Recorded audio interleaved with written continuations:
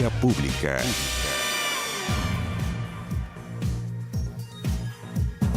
¿Cómo les va? Muy buenas noches, bienvenidos a esta nueva edición de Vía Pública. A primera hora de esta mañana, la Fuerza Aérea de Chile declaró siniestrado el avión Hércules C-130, con el que se perdió contacto cuando se dirigía a la base Eduardo Frei Montalva en la Antártica, en el continente blanco. Tras arribar a la base aérea Chabunco, en Punta Arenas, horas después, el ministro de Defensa, Alberto Espina, confirmó que la FACH dispuso de una investigación para esclarecer lo ocurrido con la aeronave, mientras que se busca desesperadamente su paradero. Son 38 las personas que están justamente en este Hércules C-130. El comandante en jefe de la FACH explicó las posibles causas por las que no funcionó, por la cual no podría haber funcionado el sistema de alerta que justamente está incorporado en este tipo de aeronaves, el que actúa por el impacto. Sin embargo, algunos detalles que se han ido conociendo dentro de lo técnico, y vamos a estar conversando también en el programa, es que cuando este impacto es demasiado fuerte y el avión se hunde, por ejemplo, que es una de las alternativas, no alcanza a emitir la señal de emergencia. El hecho se dio en medio del mar de Drake, uno de los más complejos, en donde, por ejemplo, un dato bien importante, hay una profundidad sobre los 3.500 kilómetros. Además, detalló el comandante jefe de la FACH que las condiciones meteorológicas de la zona crean olas entre 2 a 6 metros de altura. En paralelo a la investigación, también la Fiscalía Regional de Magallanes abrió unas pesquisas por presunta desgracia tras la desaparición del avión por los 3 civiles que se encuentran dentro del manifiesto de pasajeros. Por su parte, durante la ceremonia de conmemoración hoy del Día Internacional de los Derechos Humanos, el presidente Sebastián Piñera, quien no viajó finalmente al cambio de mando en Argentina, expresó que se están haciendo todos los esfuerzos humanamente posibles para encontrar a los 38 tripulantes del avión Hércules. ¿Dónde están? ¿Pudo aterrizar el avión en alguna isla de la zona Guamarizar? Son algunas de las preguntas que todos nos hacemos. Por supuesto, vamos a estar aquí en Canal 24 Horas y en 24horas.cl con el minuto a minuto, la actualización y nuestros equipos que están en la zona con respecto a esta tragedia. Vamos a seguir, por supuesto, también en Vía Pública con uno de los temas que ha sido parte de esta jornada. Argentina cambia, vuelve el kirchnerismo, el peronismo. Hay varias preguntas que se empiezan a generar justamente con la llegada de la dupla Fernández-Fernández, presidente y vicepresidente. Vicepresidenta, en este caso, la expresidenta de la Nación, Cristina Fernández de Kirchner. Les planteamos una pregunta en nuestro fanpage de 24horas.cl. Vamos a estar justamente hablando sobre este tema más adelante en el programa. ¿Logrará el gobierno de Alberto Fernández terminar con la crisis económica en Argentina? ¿Sí o no? La respuesta, por supuesto, que siempre recibimos con mucho gusto aquí en Vía Pública. Y vamos a hablar sobre el tema, por supuesto, que ha sido parte de la atención, de la espera y lo que estamos, por supuesto, esperando, más detalles, más información. Vamos a hablar del Hércules C-130 con 2 de nuestros invitados. Julio Subercasó, piloto y expresidente de la Federación Aérea de Chile. Julio, gracias por acompañarnos, muchas gracias. Encantado, Nicolás. Y también Marcelo Valenzuela, editor de Medianoche de TVN. Marcelo, bienvenido aquí. Hola, Nico, muy buenas noches. En tu casa, por supuesto, para conversar de los antecedentes, de los datos que se van conociendo y de alguna manera también entender cómo este gran avión, Julio, Hércules C-130, que se ha usado muchísimo en la historia aeronáutica de nuestro país, justamente por la Fuerza Aérea, termina en esta situación. Digo termina porque todavía nos faltan los detalles ya de conclusión. ¿Dónde está el avión? Si hay sobrevivientes o no. Hay un diagnóstico y una mirada que es bastante compleja debido al lugar donde se habría ocurrido. ¿Cuál es un poquito el balance que tú haces ya con las horas que han pasado tras esta situación? Bueno, lo primero que quiero decir es que el Hércules es un excelente avión. Aquí no hay ninguna duda respecto a su confiabilidad o a sus capacidades. Este es un avión que lo utilizan más de 50 fuerzas aéreas en todo el mundo, en misiones muy complicadas, en zonas de conflicto, que aterriza, opera en desiertos, en selvas, en el polo norte, en el polo sur, en fin. Y sobre todo tiene una característica que puede aterrizar y despegar en pistas muy cortas. Lo cual 800 metros solamente se demora. Depende del peso y la altura, pero digamos que por ahí, digamos. Y en pistas cortas hay pistas no preparadas, porque no necesitan asfalto, no necesitan nada, sino que una pista de tierra, básicamente, y el avión puede operar en esa condición.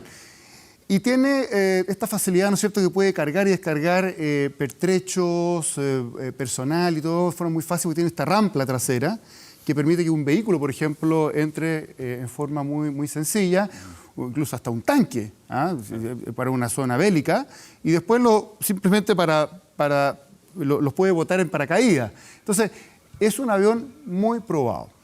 Y yo debo decir que yo hice este vuelo hace unos 8 años atrás, en un Hércules también a la base. Quiero destacar el profesionalismo y la acuciosidad con que la Fuerza Aérea realiza estos vuelos.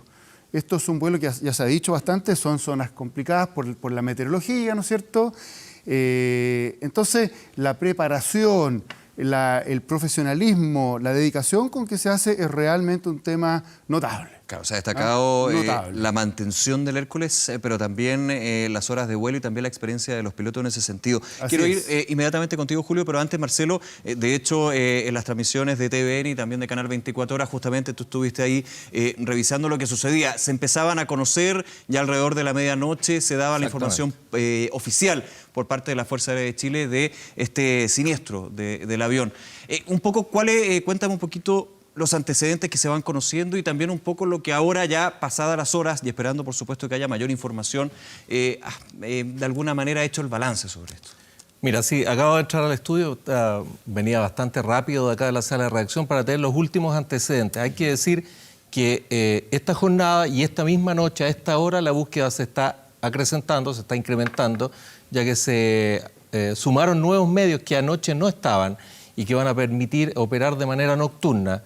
Hay 2 helicópteros Black Hawk de los nuevos que tienen 1 año o menos de 1 año en la Fuerza Aérea, que tienen la capacidad de volar nocturno y sus tripulaciones pueden, con equipos especiales, hacer un barrido del mar en el fondo de noche, aunque en la zona no tenemos la noche como acá en la zona central, sino que hay una suerte de penumbra, hay una luminosidad que se mantiene durante bastantes horas, lo cual facilita bastante la búsqueda. Claro. Y también se han sumado 4 aviones F-16 que tienen como característica en su radar la posibilidad de detectar algunos elementos que pudieran estar flotando en el mar y no verlos, sin la necesidad de que verlos directamente el piloto, sino que detectarlos en el radar. Sí. Radares térmicos que justamente para este tipo de situaciones es bien relevante porque podrían haber elementos del avión que nos vayan mostrando dónde está, pero que por las condiciones en ese sentido del mar de Drake, volvemos al punto, el lugar donde está es súper complicado. Solamente un dato, lo estábamos conversando también con Julio antes, olas hasta 6 metros, pero por sobre todo las corrientes que van dispersando el material de este Hércules C-130.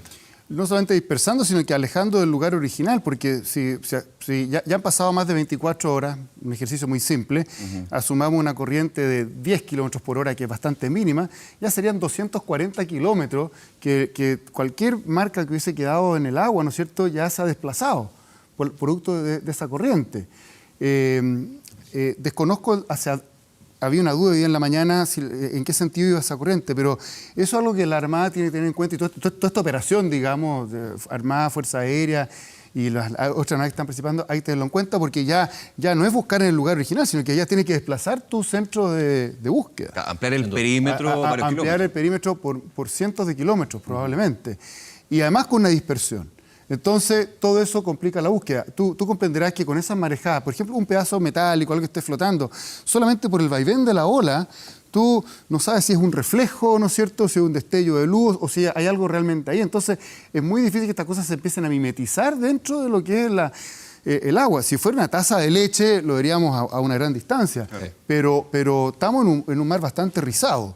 De ahí lo importante, lo que dice Julio, es el aportarle mucha tecnología a la búsqueda. Claro. Va también en camino uno de los buques de la Armada, que es el Cabo de Hornos, que tiene un sistema de sonar submarino que hace un barrido de la superficie del mar, bajo el mar, para que se entienda bien. Usando el mismo sistema que conocemos, por ejemplo, en la naturaleza con los murciélagos. Exactamente. Se emite una onda y si choca con algo... choca y se devuelve. Ese es el principio del radar. Pero hay que decir, por ejemplo, que este buque, el Cabo de Hornos, que es uno de los más modernos de la Armada, fue construido por ASMAR hace muy pocos años, fue capaz de dar la señal clara y concreta de encontrar el submarino San Juan argentino. El Ara San Juan, claro. Durante el rastreo, entonces, ya tiene la gente de la Marina experiencia bastante concreta en esto. y esperemos que también en las próximas horas se sumen algún otro medio aéreo importante. Sería bastante bueno también si llegara, por ejemplo, un avión muy nuevo, muy moderno, que está disponible en la Armada de los Estados Unidos y también en la Armada inglesa, el P-8 Poseidón. Es un Boeing 737 que es de última generación para la patrulla marítima. Si pudiera estar ese avión también incorporado, sumado a la búsqueda, sería un elemento fundamental. Ahora, aquí los tiempos son muy relevantes, también considerando lo que estamos conversando con Marcelo y Julio. Y el ministro de Defensa decía, por regla, por norma internacional, la búsqueda se extiende durante 6 días, eso se puede aplazar, pero decía el ministro de Defensa, vamos a usar todos los recursos disponibles y si hay cualquier indicio, vamos a llegar hasta lo que sea necesario. Ese plazo de búsqueda, ¿puede ser tan así? Lo vimos, por ejemplo, tú lo mencionabas con el Ara San Juan. El Ara San Juan en algún minuto se buscó reactivar justamente y finalmente se encuentra, pero en un minuto se había dado por terminada esta búsqueda. Es que esos son plazos internacionales, Nicolás. Efectivamente. Y eso es una convención que tiene que ver también con el sistema de SAR, de Search and Rescue, de búsqueda y rescate al que adscriben muchos países. Y es una convención, pero eso no quiere decir que efectivamente tengan que cumplirse los 6 días. Es una guía, digamos. Va a depender efectivamente de la voluntad del gobierno, de la Fuerza Aérea, del resto de las Fuerzas Armadas, y que efectivamente haya algún indicio. En estas horas debería aparecer algún indicio de la aeronave en la inmensidad del mar. Julio. Claro. Bueno, recordemos que el Air France, el accidente del famoso Air France que despegó de Brasil con destino a París hace unos 8 o 10 años atrás, tuvo un accidente en el medio del Atlántico, ¿no es cierto? Se dio por desaparecido, efectivamente, fue una combinación entre error humano, falla mecánica, en fin. Pero justamente como el avión cayó en aguas muy profundas, no se pudo ubicar hasta muchos meses después, 10 meses después, porque esta señal satelital que envía este famoso ELT, que lo tienen todos los aviones, estaba en el fondo del mar. Y al final se tuvo que recurrir a otras técnicas de submarinos y de drones submarinos. Existen unos Es lo que comentaba yo al principio, claro, ¿no? Claro. Que este sistema justamente que cuando hay una emergencia activa esta señal de alarma, claro, pero dependiendo de la situación. Si por ejemplo el mensaje es muy fuerte, es muy potente el impacto, estamos hablando de una masa que cae del cielo contra un muro. No hay que pensar en agua acá, hay que hablar en un muro. ¿Eso puede de alguna manera explicar por qué no se tiene una señal de ubicación exacta? A ver, lo que pasa es que el impacto es justamente lo que activa el dispositivo. Perfecto. Lo que yo entiendo por las explicaciones que he escuchado es que una teoría es que un impacto fuerte ha sido tan fuerte que inmediatamente se ha hundido. Y justamente ese hundimiento ha sido todo en un lapso de tiempo tan corto que no ha permitido enviar esa señal, digamos. Y efectivamente puede darse un caso así. El aparato se gatilla por impacto, pero ya si este equipo empieza a sumergirse inmediatamente, ya con una profundidad de un par de cientos de metros, ya no es posible emitir señal para arriba. La barrera del agua se transforma en una barrera natural para que las ondas de radio no surjan del agua. ¿Te fijas? Entonces eso dificulta el rastreo satelital. Lo que sucede con los radiofaros en ese sentido. Marcelo, también es importante un punto de lo que es lo que se ha conocido también de este Hércules 130 y más que del Hércules, de las personas, las 38, en su mayoría miembros de la Fuerza Aérea, también civiles, entre ellos un estudiante de la Universidad de Magallanes. Hemos visto las historias también aquí en Canal 24 Horas y TVN, especialmente en la edición central. Hay notas, por supuesto, en 24horas.cl que hablan sobre eso. Uno se va enterando también de lo que ha sucedido. Esta era, de hecho, una época donde se da un transporte más fluido hacia la Antártica, principalmente por estos espacios climatológicos que permiten esto. Pero eso, sin embargo, nunca deja o aminora 100% el riesgo que puede ser esta ruta entre Punta Arenas a la Antártida y viceversa. Es probablemente la ruta aérea, Julio, vamos a coincidir en eso, la ruta aérea más compleja en los cielos nacionales.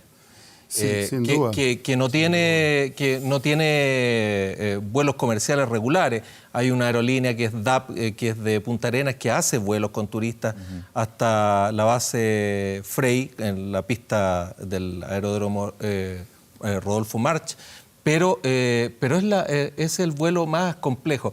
Yo me estaba, a propósito que decía Julio que había volado hace unos 8 años también a la Antártica, yo hice un vuelo un poquito antes, reporteando, hace unos 10 años diría yo, y tuve la oportunidad de estar ahí y conocer, íbamos, por estas ventanas de tiempo íbamos por unas horas y creo que me quedé 3 o 4 días en la base aérea. Y en un momento en que estaba el avión ahí nos dijeron, hay una ventana para salir, aprovechemos. Y salimos. Y el avión, llegamos a Punta Arenas y al reabastecernos en Punta Arenas para seguir a Santiago, a la altura de Coyhaique, de Puerto Aguirre, el avión tuvo un desperfecto. Esto quiero contarlo para que se den cuenta la seriedad de las tripulaciones. El avión tuvo un desperfecto hidráulico, que los que saben de aviación saben que es un desperfecto bastante serio. Y intentaron el grupo de mecánicos, porque va a lo que se llama ahí una bahía de mantenimiento, que es la que lleva una serie de herramientas y recursos para tratar de superar el problema. Y yo me iba fijando, yo entiendo algo de aviación, yo me iba fijando que iban tratando de arreglar y averigüé y me dijeron, no, hay que devolverse a Punta Arenas, esto se hace de manera seria, no vamos a seguir este vuelo, vamos a devolvernos a Punta Arenas, que es lo que está más cerca. Aquí no era de aventurero. Esto se hace absolutamente de manera seria. Si el avión no hubiese podido volar, me lo dijo el comandante, nosotros no salíamos. Pero como tuvimos un desperfecto, nos devolvemos y no ponemos en riesgo a nuestra gente que va con nosotros. No solo porque íbamos un grupo de periodistas, sino que también porque aquí recordemos que se trasladan órganos, se trasladan grupos de estudiantes también en el comienzo del año escolar y en las vacaciones de invierno de zonas extremas, vuelan en este avión, en el Hércules. Se trasladan personas enfermas. Entonces, aquí hay un trabajo súper serio que se hace por parte de la FACH. Sí, además que esto que hablabas tú de las famosas ventanas que para hacer este vuelo, hoy en día afortunadamente contamos con mucha ayuda satelital, lo que posibilita hacer relativamente buenos pronósticos meteorológicos. Pronóstico bastante más certero, con tiempo. Recordemos, hace 30 años atrás un pronóstico meteorológico era casi una bola de cristal. Ahora, con mi amigo ahí, Iván Fuente, hablábamos en la mañana. Ahora, lo que pasa es que, claro, entonces, cuando tú despegas de Punta Arenas, ya tienes que tener la certeza que 2 horas y media más tarde, que más lo que demora el vuelo, va a tener buen tiempo también en la base March. Y eso lo posibilita la tecnología. Llegar con buen tiempo. Llegar con buen tiempo, porque lo que no puede pasar, lo que no podría, sería que, bueno, pasa de repente, pero que tú llegas a la base, justo se cerró. Y tienes que volverte porque no tienes otra alternativa. Te fijas, la única alternativa es el punto de origen. No hay islas alrededor, no hay nada. Es volverse simplemente al territorio chileno. Y perdón, es la única pista que hay de todas las bases que están alrededor en la isla Rey Jorge. No hay una alternativa además. No, está la base rusa, la base china, hay una base uruguaya, todos se cooperan entre todos, pero la única pista que hay de aterrizaje es la que hizo Chile y que tampoco, que es bueno que lo sepa la gente, tampoco es una pista de pavimento como la ven aquí en Pudahuel, es una pista de gravilla compactada. Permafrost, que de alguna manera tiene que tener un mantenimiento constante, pero evidentemente es una mayor exigencia para el piloto en este sentido. Claro que sí.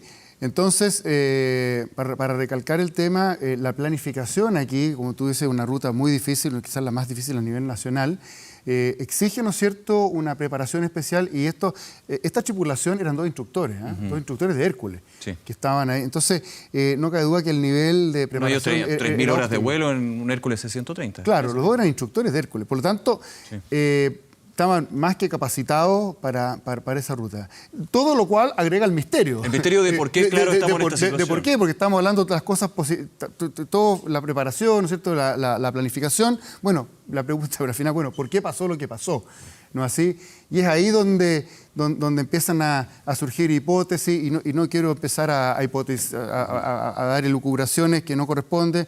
Por sobre todo también confiemos en la Fuerza Aérea, en su investigación, ¿no es cierto? Y el problema, la hipótesis en este caso, es más que nada por el respeto a las familias, porque además, aquí hemos tenido también una jornada donde ha habido de todo, teorías que, bueno, para qué comentarlas, pero que han ido un poco, y más que un poco, han ido muy en contra de los que están más preocupados, que son los familiares. Y también la Fuerza Aérea de Chile, estamos hablando de su familia, justamente. Ese es el problema. Tú acabas de tocar un punto, respeto a la familia, y quiero salirme un minuto del tema técnico para entrar en un plano un poquito distinto, pero obviamente relacionado.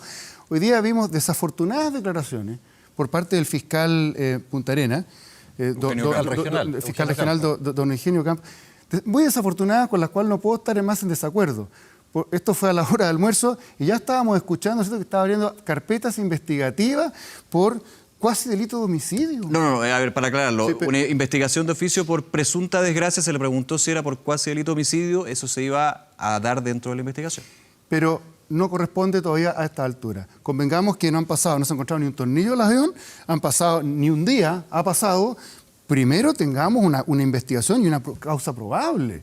Pero a mí me parece que estar hablando en estos términos, ¿no es cierto?, ya prejuzgando.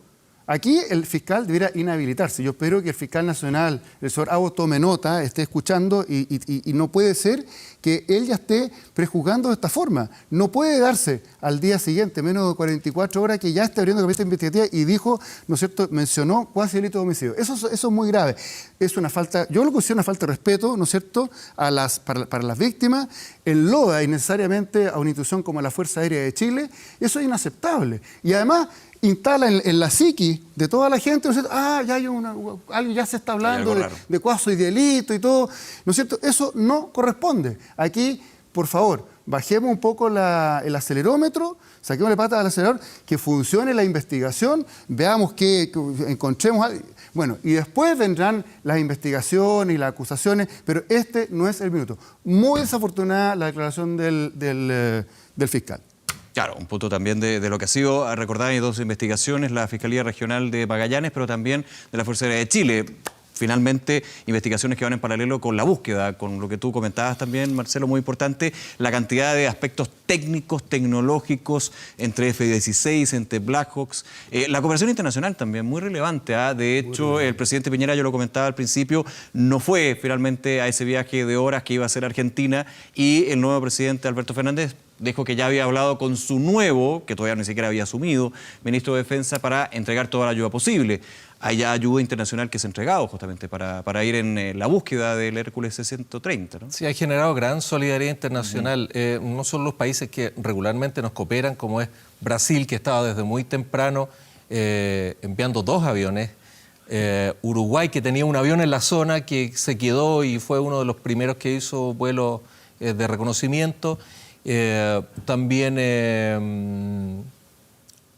Perú, incluso un país con el que regularmente en el tema de la defensa hemos tenido bastante celo, ha ofrecido su satélite. Un celo porque muchas veces se habla de que se muestran las cartas cuando se entrega esa ayuda de tipo de técnica militar. Ha ofrecido su satélite que pasa por territorio chileno para la entrega de imágenes en línea, que puede ayudar a buscar. Ha despertado una tremenda solidaridad. Mira, y ahondando... Argentina, perdón, me falta. Perdón, sí, con el nuevo presidente. Mira, aquí también se habla mucho de la tecnología y sin duda que juega un papel muy relevante. Pero no olvidemos el escenario súper difícil que estábamos, las olas, ¿no es cierto? Aquí se necesitan observadores entrenados también. Y en eso es muy importante lo que hace la Armada. No olvidemos que nuestra Armada, ¿no es cierto?, están permanentemente patrullando todos los millones de kilómetros, ¿no es cierto?, buscando cualquier barco, cualquier cosa, ¿no es cierto? Ellos van con observadores entrenados, mirando al agua, ¿no es cierto?, aparte de toda la tecnología que tienen, buscando algún indicio porque aquí va a ser es complicado, no puedes subir a cualquier persona arriba de un avión y decirle ya anda a ver si encuentras algo. Aquí tiene que ser gente que está entrenada para este tipo de observaciones visuales, porque en el agua cualquier cosa se puede confundir con un resto de algo. Bien, y esperando que haya novedades, por supuesto, vamos a estar en Canal 24 Horas, 24horas.cl y por supuesto en todas nuestras plataformas y TVN, viendo qué sucede con esta situación. Julio, Marcelo, nuevamente muchas gracias por acompañarnos esta noche. Gracias a ti. Gracias a ti. Muy bien, nos vemos. Encantado. Vamos a hacer una pausa, pero a la vuelta hablamos de Argentina, por supuesto, un tema que ha sido parte de la pauta durante esta jornada, y volvemos a revisar la pregunta que les planteamos. ¿Logrará el gobierno de Alberto Fernández terminar con la crisis económica en Argentina? De hecho, la economía fue uno de los grandes conceptos que utilizó el nuevo flamante presidente Alberto Fernández justamente sobre lo que van a ser sus próximos años de gobierno. Un 18% piensa que sí, que va a poder, un 82% piensa que no va a poder. Hacemos una pausa, regresamos de inmediato con más Vía Pública por Canal 24 Horas.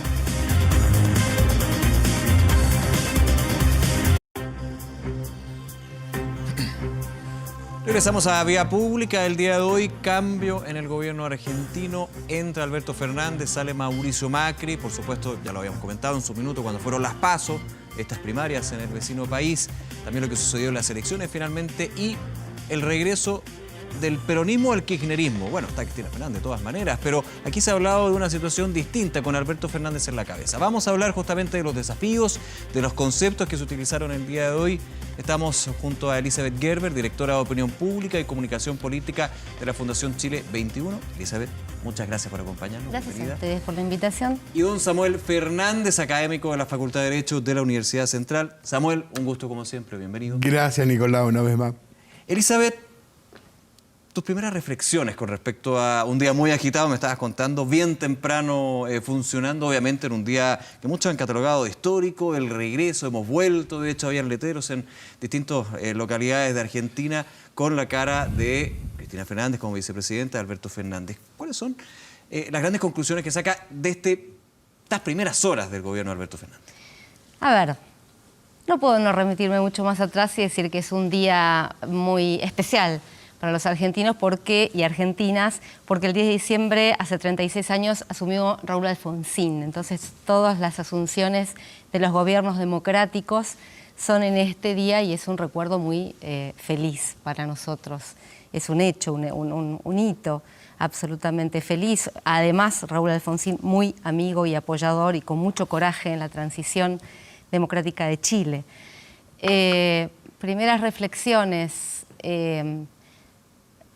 A mí me resulta muy esperanzador cómo ha sido el cambio de mando, sumamente... Principalmente por la transición, por el paso, entendiendo que las críticas de Macri y Fernández, viceversa, habían sido muy ácidas, parte también de la campaña, pero se da lo que conocemos como una transición ordenada.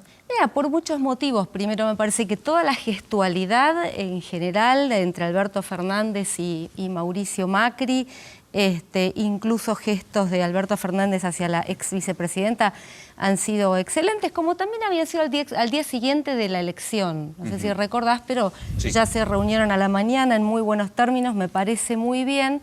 Y las señales... Un tema muy institucional. Absolutamente institucional y con mucha amabilidad, gestos de afecto incluso, diría, por parte de Alberto Fernández, que le dio un abrazo a Mauricio Macri, no fue una cosa distante. Pero la verdad es que creo que es también esperanzador ver una revaloración del rol del Estado y pensar, por ejemplo, en políticas productivas en lugar de especulativas. Bueno, en una serie de cuestiones y de proyecciones, de cambio de paradigma, diría, en donde están las personas en el centro y las personas en este momento con mayores urgencias. Argentina tiene un 40% de pobreza, medido por la Universidad Católica Argentina. Últimas cifras, las más recientes, eso es muy grave. Entonces creo que hay... mi primera cuestión esperanzadora tiene que ver con la composición del gabinete, que es altamente calificado y con una trayectoria muy notable, eso es lo que creo. En muchos casos muy joven, que siempre se destaca cuando aparecen en estos gabinetes. Muchos son muy jóvenes, no demasiado, no nadie, creo que uno de los más jóvenes es el ministro de Economía, tiene 37, él tiene 37, con una trayectoria muy notable, académica, muy notable, y muchos de ellos tienen mucha gestión en el Estado, pese a la juventud, están por los 40-45, y hay un par mayores como...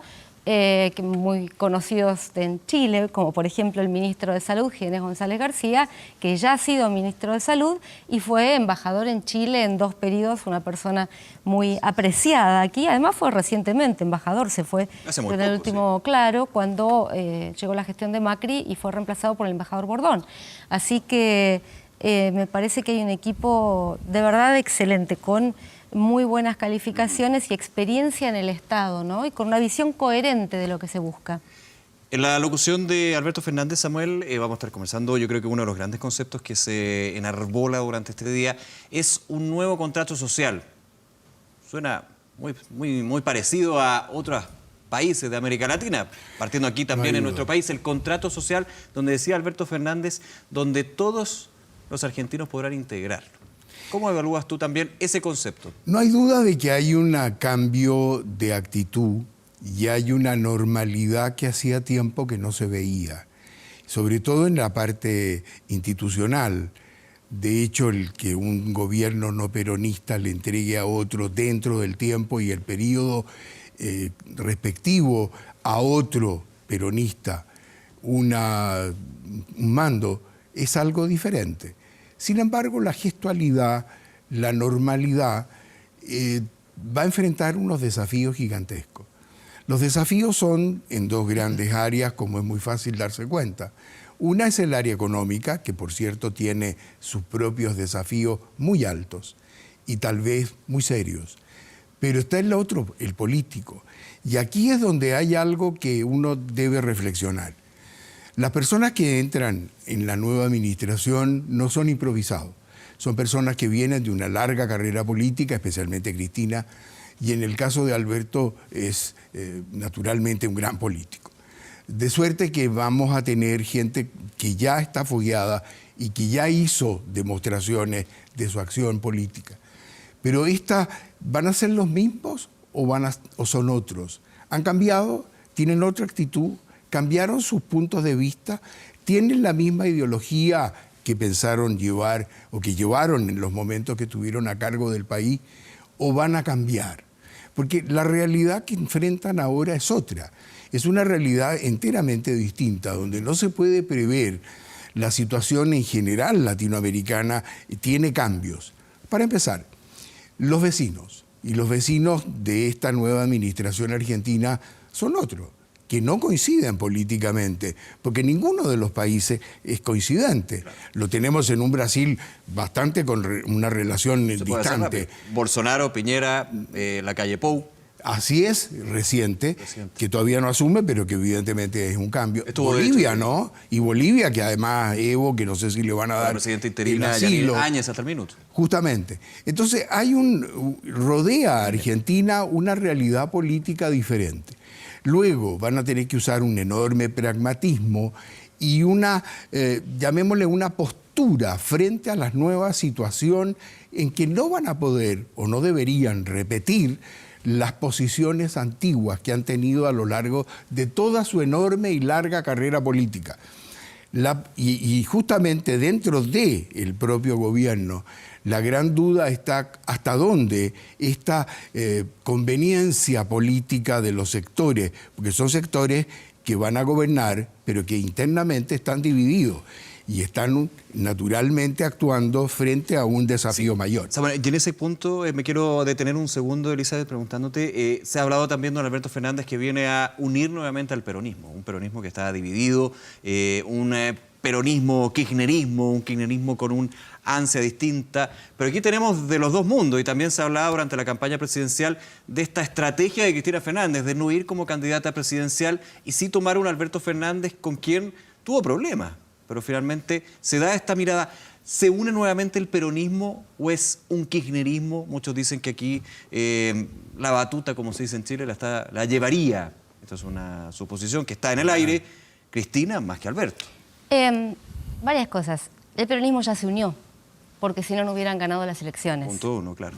Ya se unió Sí. Y esta es una labor de haber tejido muy cuidadoso y hábil, fundamentalmente de Alberto Fernández, que la lleva a cabo, te diría, desde el año pasado, consciente de que la única forma de derrotar al macrismo, que estaba teniendo, bueno, los resultados que tenemos hoy en cuanto a pobreza, inflación, etcétera, etcétera, la única forma era unir al peronismo, así que volvió a conversar con mucha gente que no conversaba. Él no conversaba hace años con Cristina, por su parte Cristina no hablaba con un montón de gente más y se tomó el trabajo de ir, te diría, abordando toda una carpeta de nuevos acuerdos. ¿Fue más por el ímpetu y el movimiento de Alberto Fernández que Cristina? Yo creo que la cuestión, esto es especulación, un poquito más que especulación, pero la cuestión del bordado de reconstrucción es muy propio de Alberto y no tanto del carácter y de la personalidad de Cristina, que es más confrontacional, me parece que eso es evidente. Pero rechazo de plano, lo dije todo el año, la teoría, la hipótesis muy a la mano de que Cristina es la que manda y él es un títere. Esto es no conocer en absoluto la trayectoria y la personalidad de Alberto Fernández, quien fue jefe de gabinete de Néstor Kirchner y de Cristina, y bajo ningún punto de vista era algo así como un secretario allí, sino que era el estratega político de esos gobiernos con una impronta propia, por supuesto no en un rol ejecutivo. Claro. Sos jefe de gabinete o no estás en el rol ejecutivo, pero sos el estratega, el cerebro detrás de muchas cosas que suceden. Eso era lo que hacía. De hecho, mostró la diferencia varias veces. Eso era lo que hacía Alberto. Se fue. ¿Sí? Se fue del gobierno de Cristina. No estamos hablando de cualquiera que un yes man. Y no se hablaron durante años, e incluso aquí lo hemos tenido en varios seminarios, en seminarios de Chile 21, otros seminarios.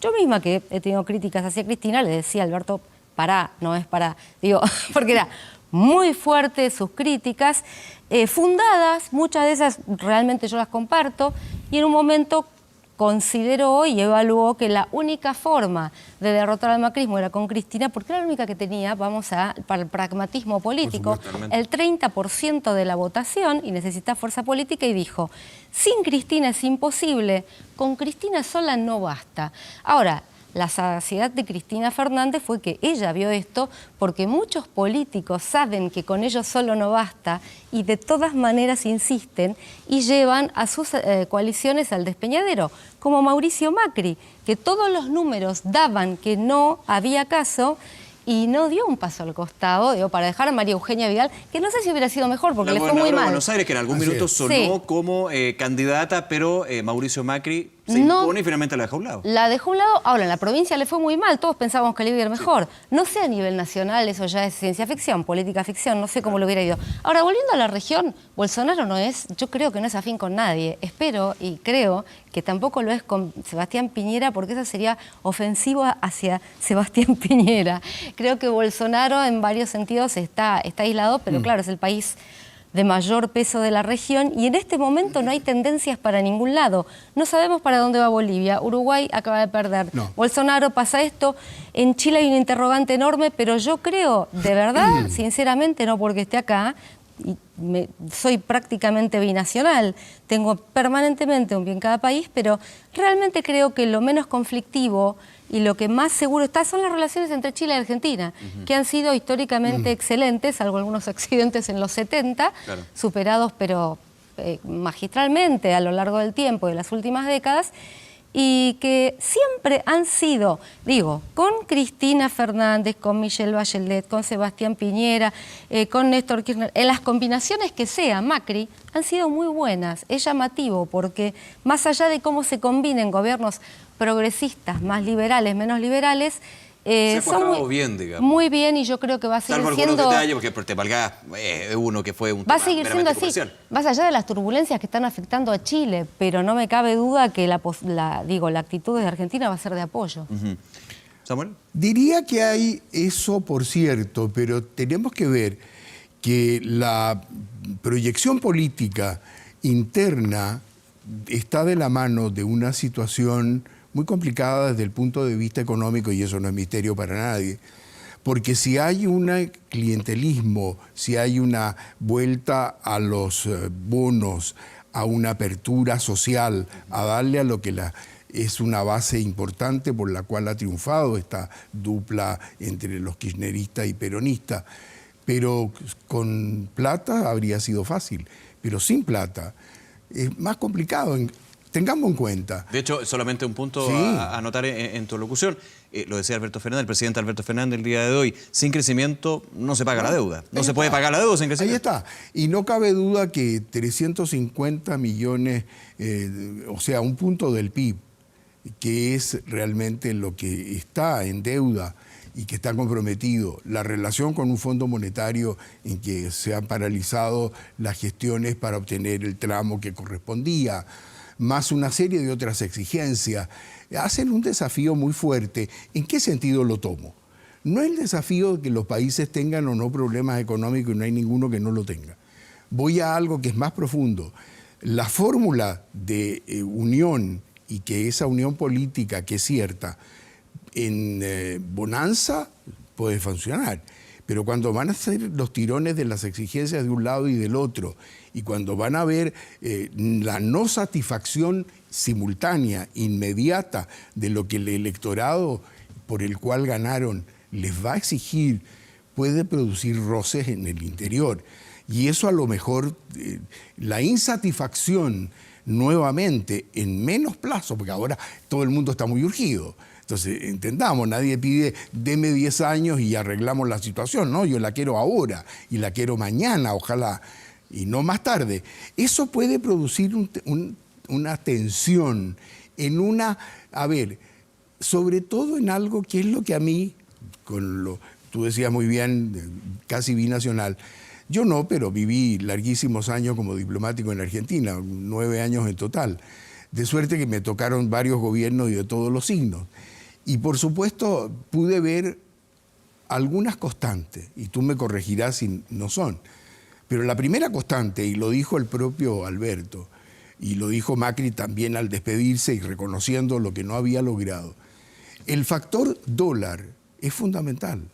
El factor, llamémosle, si sube o baja, y la remarcación de precios y la inflación es algo que no ha variado y que se mantiene como un detonante que puede funcionar en cualquier momento de una insatisfacción social que no sabemos para qué lado puede arrancar. Elizabeth.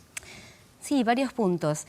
Coincidimos con el problema, por supuesto, la inflación y demás. A ver, empecemos por la deuda. El país está hiperendeudado.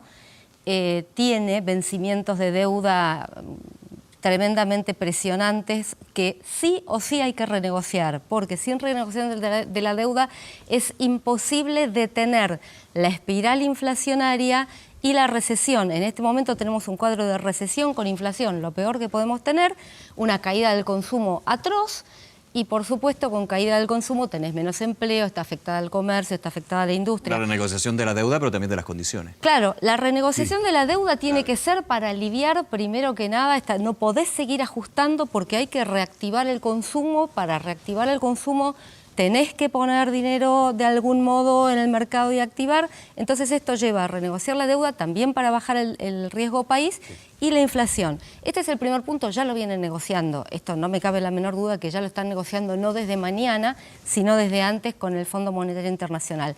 Los problemas, acá tengo sí un disenso importante.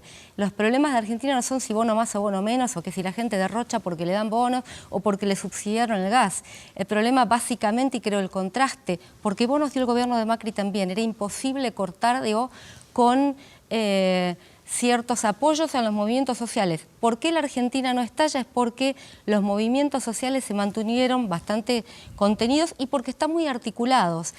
Pero no es una cuestión de bonos más o menos y que la gente malgasta con bonos. Yo creo que el contraste central y lo que a mí me esperanza entre el gobierno saliente y el entrante es un modelo especulativo que alentó la especulación, lamentablemente desde las primeras semanas del gobierno de Macri se alentó la especulación financiera, la apertura a los capitales, se esperaba que fuera una lluvia de inversiones y esos fueron capitales especulativos, que así como entran, salen y te hacen un desastre. Y bueno, ahora hay una apuesta a un modelo productivo, ¿con qué? Vos lo decías, ahora, ¿con qué en esta crisis? Así es. El margen es muy estrecho, la idea es promover los créditos blandos y no bancarios para el sector productivo, sin producir, evidentemente, sí, pero, ojo, pero la producción tiene que estar en un modelo, y esta es la cuestión del paradigma. La cuestión es redistributiva o no. Yo creo que ahí está el corazón de la cosa. Pero ahí está la cosa. Nos queda un minutito, Samuel, para terminar. Sí, por cierto, yo lo veo, cuidado, porque hay una nueva aproximación que seguramente trae el nuevo equipo gubernamental. Pero llamémosle el argentino normal, el elector que los ha votado, ¿ha cambiado?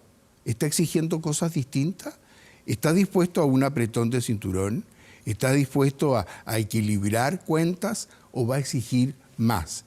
¿Y va a exigir más de a dónde? Esa es la parte complicada, porque aquí está la base constitutiva.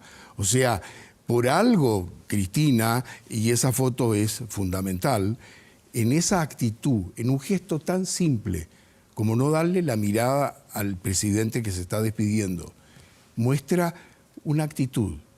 ¿Y esa actitud la va a reflejar en lo que va a seguir adelante o esto es un cambio? ¿O hay un odio personal? Yo no descarto absolutamente nada. Claro, eso El claro. presidente es Alberto. No cabe ninguna de alguna duda, manera lo pero que se ella dice. ella no está colgada en la pared como un cuadro. No. Tiene su No electorado y tiene toda su gente. Yo creo que no hubiera sido verosímil, por la personalidad, no hubiera sido verosímil una actitud sonriente y amable hacia Macri. Hubiera sido muy cínica, dice. Inverosímil. No, pero la Eso creo, educación pero no el se que pierde. el presidente es Alberto Fernández. Bien, se nos acaba el tiempo. Una muy buena conversación de lo que sucede con nuestros vecinos, tan importantes vecinos, una relación histórica con Argentina. Elizabeth, Samuel, muchísimas gracias por A acompañarnos. ti una Gracias vez a más. vos. Gracias. Placer, muchísimas gracias. Bien, vamos a hacer una pausa. Por supuesto, nos quedan algunos temas aquí en Vía Pública. Vamos y volvemos.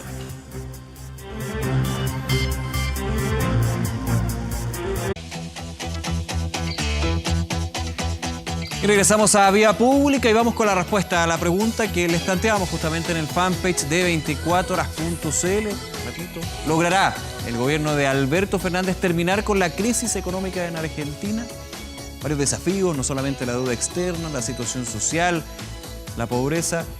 Ustedes ya hablaron, un 18% piensa que sí, que efectivamente podrá abordar y solucionar la grave crisis económica que vive el país. Un 82%, la gran mayoría, dice que no. Serán muchos temas arrastrados, una situación que ha ido en aumento. Muchísimas gracias por acompañarnos con sus respuestas a esta pregunta que les planteamos aquí en Vía Pública. Vamos y seguimos, por supuesto, con lo que son otros temas relevantes, principalmente que publica nuestro portal de noticias 24horas.cl. El Instituto Nacional de Derechos Humanos reporta que un hombre y una menor estarían con riesgo vital tras presunto impacto de bombas lacrimógenas. Desgraciadamente, un tema que se ha ido repitiendo, no en esa escala, pero evidentemente habla de hechos aislados. El Instituto Nacional de Derechos Humanos hace la denuncia. Informó que la jefa de turno de la ex posta central, un adulto y un adolescente habrían recibido el impacto de bombas lacrimógenas en su cabeza durante la manifestación de esta tarde en Plaza Italia. Toda la información, por supuesto, vamos a estar actualizándola durante las próximas horas en Canal 24 Horas y 24horas.cl, que está revisando estos temas tan importantes. Vamos con otro, el tiempo, por supuesto. Días de calor que ya se siente en el verano, por supuesto, instalado aquí en la capital y con una temperatura muy agradable para esta hora. 15 grados, una noche completamente despejada en la capital. Y revisamos también lo que va a pasar en los próximos días. Seguirá el calor, va cambiando, va variando, pero el día de mañana despejado completamente, 29 grados la máxima. Y el día jueves, ya entrando a lo que va a ser el fin de semana, parcialmente nublado con una máxima 33 grados, harto calor, bien abochornado podría estar el día, así que a prepararse. Y vamos también a nuestro recorrido del país, algunas regiones, ciudades, por supuesto, que nos muestran en el sur del país, nublado, Los Ángeles, 27 grados la máxima, y Ovalle, completamente despejado el día de mañana con una máxima de 27 grados. Buena canción, ¿ah? Desgraciadamente, recordando una grande,